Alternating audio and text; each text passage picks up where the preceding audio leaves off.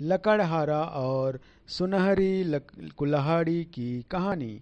एक समय की बात है, जंगल के पास एक लकड़हारा रहता था।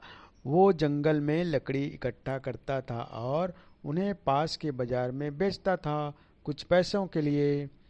एक दिन की बात है, वो पेड़ काट रहा था, तभी हुआ ये कि गलती से उसकी कुल्हाड़ी पास की एक नदी में गिर गई।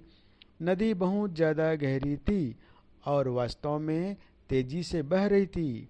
उसने बहुत प्रयत्न किया अपने कुल्हाड़ी को खोजने की, लेकिन उसे वो वहाँ नहीं मिली। अब उसे लगा कि उसने कुल्हाड़ी खो दी है। वहीं दुखी होकर वो नदी के किनारे बैठकर रोने लगा। उसने उसके रोने की आवाज़ सुनकर नदी के भगवान उठे और उस लकड़हारे से पूछा कि क्या हुआ। लकड़हारा ने उन्हें अपनी दुखद कहानी बताई। नदी के भगवान को उस लकड़हारे के ऊपर दया आई और वो उसकी मेहनत और सच्चाई देखकर उसकी मदद करने की पेशकश की।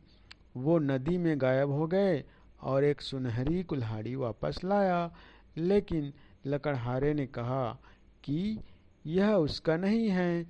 फिर वो फिर से गायब हो गए और अब की बार उन्होंने चांदी की कुल्हाड़ी लेकर वापस आए, लेकिन इस बार भी लकड़हारे ने कहा कि ये कुल्हाड़ी उसका भी नहीं है।